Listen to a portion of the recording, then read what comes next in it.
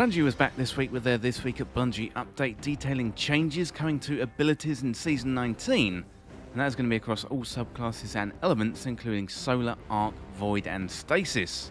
I'm going to go through all of those changes today, plus we've got a release date for the next dungeon, coming to Destiny 2 in December. Well, if you're new around here or find this useful, don't forget to hit that subscribe button down below for all the latest Destiny 2 content, and turn on notifications by hitting that bell, and roughly 98% of viewers who watch This Week in Video Games aren't subscribed, so subscribe today and never miss an update. Well, without further delay, let's dive into those ability changes, and let's go over to This Week at Bungie, and that is from the 3rd of November 2022.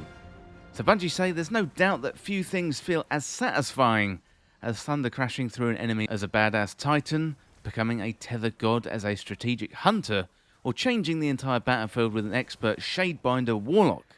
With that being said, the role of abilities has evolved since the start of Destiny, and that evolution is far from over. Going over some of the planned ability changes coming in the future is our talented sandbox team, including reflecting back on the road so far and what awaits in Season 19. Well, the sandbox team say, "Hey folks, sandbox team here, and we are going to talk through some of the changes we lined up with abilities in the sandbox in Season 19's launch. Before we get into the specific changes, we wanted to reflect on last year of ability changes and talk about our goals for this update. Well, last December, we released update 3.4.0, and that reduced ability cooldown rates across the game, with the goal of reducing the focus on abilities in high-level crucible modes like Trials and Survival. We also wanted to reduce the number of low-cost abilities that could down a Guardian in one hit, and for additional context, prior to 3.4.0, so the super energy economy at the time promoted extremely passive play in high-level PvP activities to secure guaranteed round wins with the use of roaming supers. Ability cooldowns within each slot were identical, and the cooldowns were not something that could easily be changed and help balance the ability potency. And the subclass 3.0 updates were in the works, and adding build crafting options and additional combinations of perks, abilities and keywords was unavoidably going to create power spikes that were not present outside of the supers in the preset subclass options. Well, to address that first point, the changes to Trials, so reduced round timers and the addition of zone capture and a Trials variant, and the systematic changes to super cooldown times, this is no longer something we're particularly concerned about, though there are some outliers at the very low and very high end of the recharge tiers that we are looking at. So given the cooldown independent timers solved what was stated in the second bullet above. To reiterate the third point, this work was done to give us additional runway for the subclass 3.0 updates. Without the 30th anniversary tuning pass, the ability energy economy would not be sustainable in a post-subclass 3.0 world, with additional build crafting options and an enormous combination set of abilities and perks. Instead, the uptime of the neutral game abilities has taken the spotlight as the most vocal pain point for our players, particularly in the Crucible, and in the long term we do plan another holistic pass on the ability energy economy to bring outliers in line and get our baseline closer to that 60-40 gunplay abilities goal that we've laid out previously for the Crucible, and better enable our PvE activities to challenge players whilst letting subclass fantasies shine through. Well, to set expectations now, this is not what the Season 19 abilities update is all about. Any large-scale ability energy economy tuning would be on a post-Lightfall time frame, so we can include Strand in our holistic review. For Season 19, our primary goal is to more closely normalise the power of our existing subclasses, giving us more of a standard baseline that we can use for future tuning. This is coming in the form of a targeted update to outliers on the high and low ends of the light subclasses and also Stasis, so let's get to it.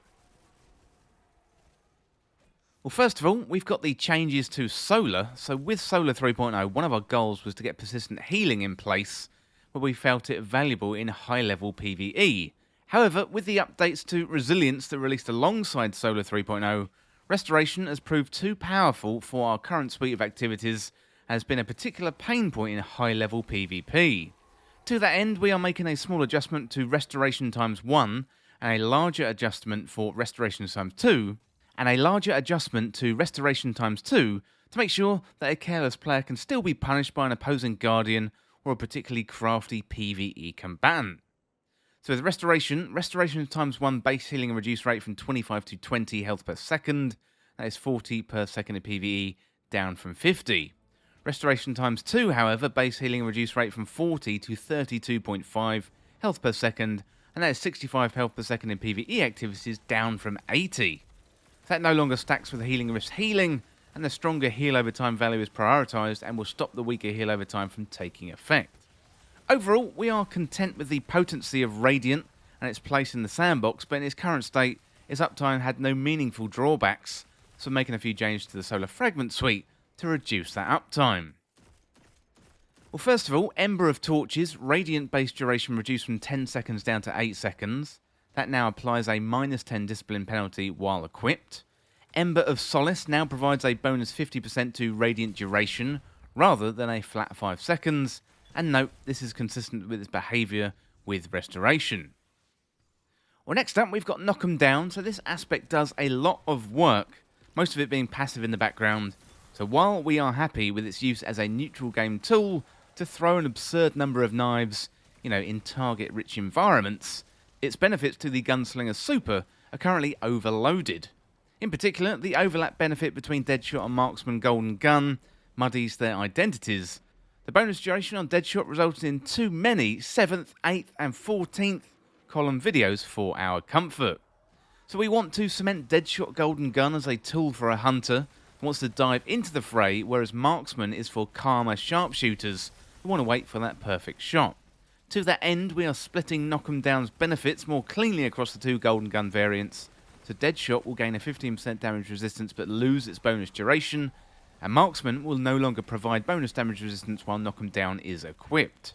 So while it has been refreshing to see Blade Barrage topping the PvE DPS charts, the base damage increase it received alongside Solo 3.0's launch, in combination with Knock 'em Down's bonus knives, have pushed it above where we're comfortable with in terms of burst damage super living.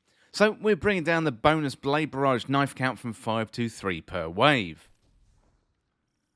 Well, let's have a look at that update in a little bit more detail with some numbers behind it. So Knock 'em Down Golden Gun now provides 15% bonus damage resistance to Deadshot Golden Gun and no longer provides bonus duration, and no longer provides 15% bonus damage resistance to Marksman's Golden Gun.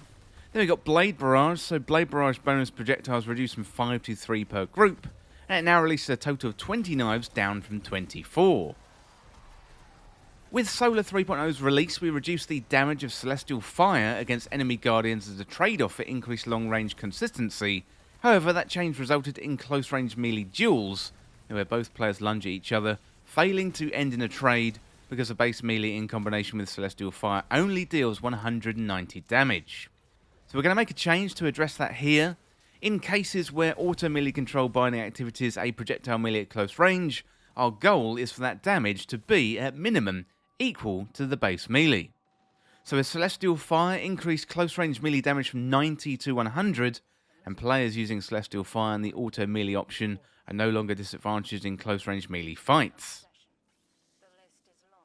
Well, that's the changes to Solar. Next up, let's have a look at Void. So while Void has maintained a solid position in PvE since Void 3.0's release, the survivability benefit of Void Overshields didn't quite land where we intended to due to a bug. We're fixing that in Season 19, which should increase the Overshield's viability as a protection tool in high-level PvE. So a Void Overshield fixed an issue where the Overshield was providing 25% PvE-only damage resistance to the Overshield rather than the intended 50%. Void Walker is also in a place we're pretty comfortable with across all modes, but Vortex Nova Bomb currently doesn't feel like it provides a meaningful enough benefit with its pull effect to make it a compelling choice over the Cataclysm variant. We've observed that players frequently undershoot their intended target in the Crucible, especially if that target is moving quickly.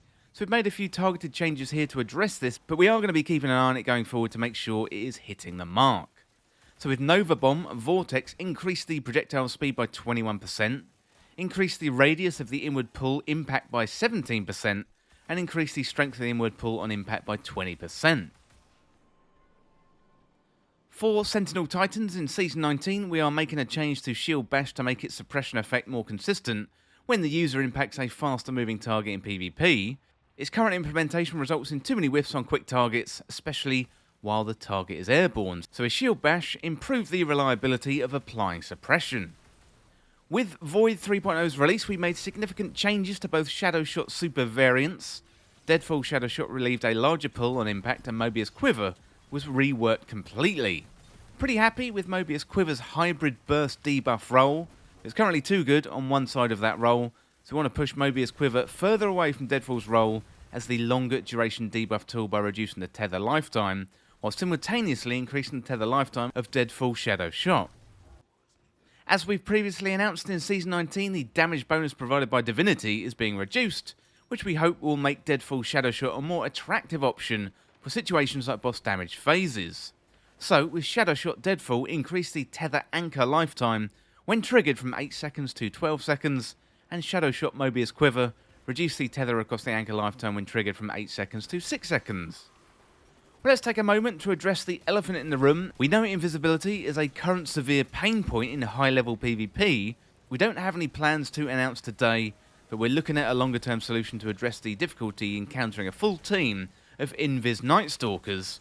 So we made a few changes across the update 6.0.0.4 and 6.1.0 to make refreshing invisibility more punishing by implementing a radar ping loop to give victims a better understanding of where they may be attacked from, but we don't believe we address the problem strongly enough. So we're investigating additional solutions to make invisible players less frustrating to run into without compromising their elusive gameplay style. Well, those are the Void changes. Let's have a look at the Arc changes next. So Arc 3.0 is relatively new, and we're still monitoring the feedback and the data coming in. We have identified some of the obvious outliers in the Arc ability suite that we would like to address, so the largest of which is currently Touch of Thunder Storm Grenades. Our intention with this aspect was to lean hard into Striker as the Titan's Grenade-centric class echoing the Code of the Earthshaker's role, and for Storm Grenade to be used to force bunker players to move when a Storm Grenade was approaching. It's been pretty clear from the feedback in the Crucible that these linger in the world too long and are too difficult to read from the target's perspective. To address this, we're going to be reducing the enhanced Storm Grenade's base lifetime, as well as the benefit it receives from Spark of Magnitude. We're also making changes to the friend or foe ring that travels around the ground to improve the readability during combat, and adding additional visual layer to the roaming storm to help players identify whether the grenade is friendly or it's dangerous. So a Touch of Thunder Storm Grenade decreased the Touch of Thunder Storm Grenade base roaming duration from 5 seconds to 4 seconds, and decreased the bonus lifetime granted by Spark of Magnitude to enhance the Storm Grenade from 2 seconds to 1.5 seconds, and updated the friend or foe visual language. Previously, the friend or foe ring surrounding Touch of Thunder Storm Grenade's lightning strikes blinked on and off between strikes. There was no indication that the cloud itself or whether it was friend or foe. Now the ring persists through the life of the storm, and enemy storms have an additional VFX layer in the cloud itself to help differentiate it from those created by allies. Well, sticking with Striker, Ballistic Slam is performing very well in the Crucible. It's a little short of the mark in PvE, so we're going to bump up its damage against PvE combatants just a little bit. So with Ballistic Slam, increase the Ballistic Slam damage against PvE combatants by 16%. One of our primary goals with Arc 3.0 was increasing the viability of Arc Strider in high-level PvE content. It's doing pretty well at the moment. However, the global damage reduction Tempest Strike received with Arc 3.0's release makes it too difficult to justify slotting over Lethal Current or Flow State, so we're going to increase the damage output in PvE. So a Tempest Strike increased Tempest Strike damage against PvE combatants by 30%. We have received a lot of feedback about Stormcaller's potency, both across PvE and PvP since Arc 3.0's release. Primarily, they don't have a place in high-level PvE, especially when the trade-off is giving up the Child of the Old Gods, Bleak Watcher, or Well of Radiance.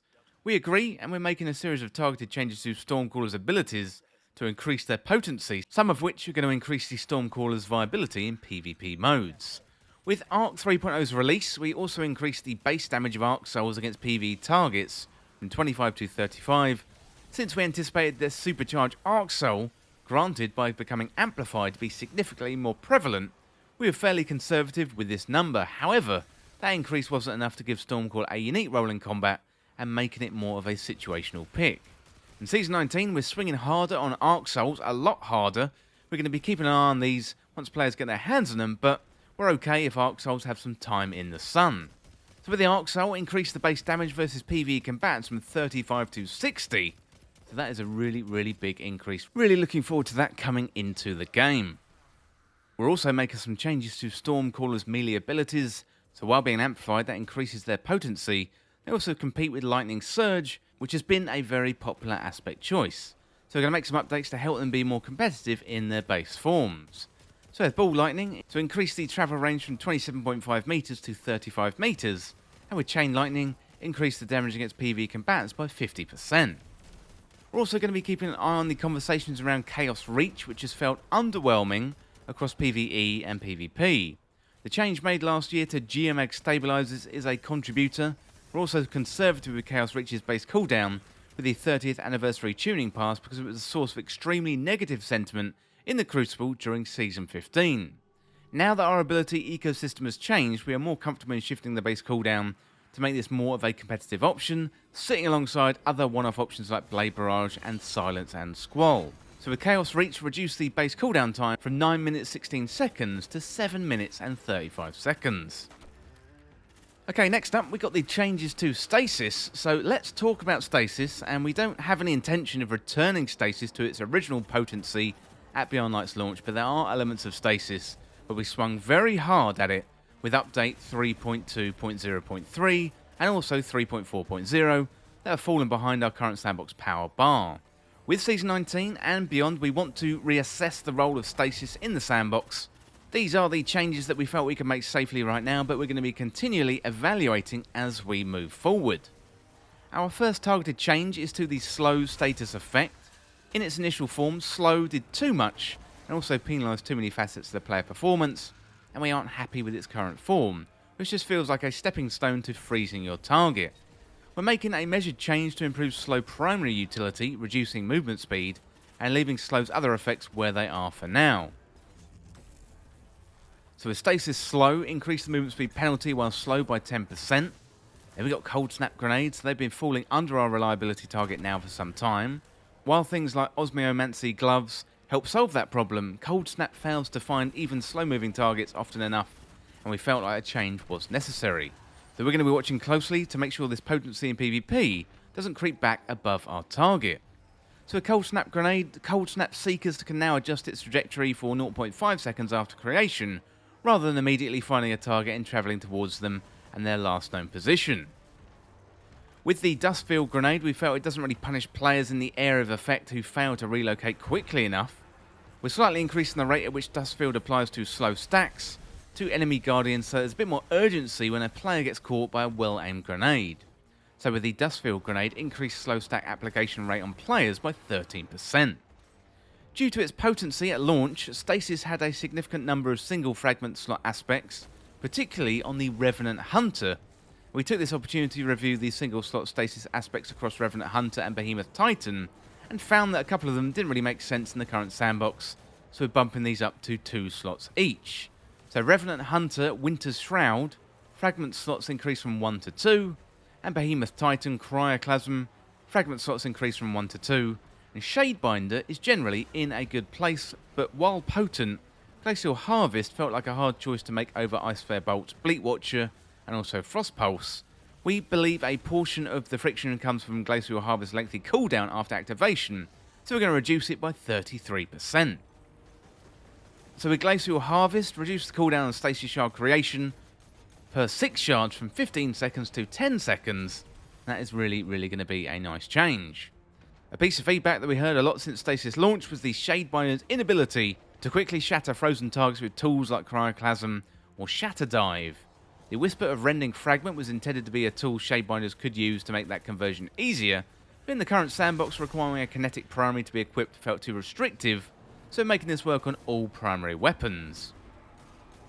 So the Whisper of Rending now provides a bonus damage to Stasis crystals and frozen targets for all primary ammo weapons, rather than just kinetic primary ammo weapons. Phew, well that is it. With the amount of changes we've made to abilities in the last year, we are still assessing the current state of the sandbox so we can make a broader scale changes, following Strand's release next year. And while we can't always take action immediately, we're always listening and digesting your feedback as it comes in. Well, loads of changes there to abilities, and let me know down in the comments what you think. Really interested to hear what you're excited about and what you're fearful of. Well, next up, we got a little bit about the new dungeon. So a new dungeon is on its way, and while we want to keep the details close to our chest, so the day one experience can be exciting and new for all, we did at the very least want to share with you can get the adventure ready for Season 19. So the new dungeon is going to drop on December the 9th at 9 AM PDT, and that is the first Friday of the new season. Well, of course, we don't have many details about Season 19 just yet, and hopefully Bungie are going to drop some little tidbits, as Season 19 is only a few weeks away. It's just about over a month now. I think it drops on the 6th of December, so really loads to look forward to when it comes to Destiny 2. Well, let me know down in the comments what you think of the latest news from Bungie and Destiny 2. And as always, thank you so much for watching or listening. For more Destiny 2 content like this, hit that subscribe button down below and subscribe to This Week in Video Games. Or you can check me out on Twitter at TWIVG Podcast. If you enjoyed this video, found it useful, liking and sharing the video would really help me out. Otherwise, check out those videos on the channel. Well, thanks again, and I'll see you soon.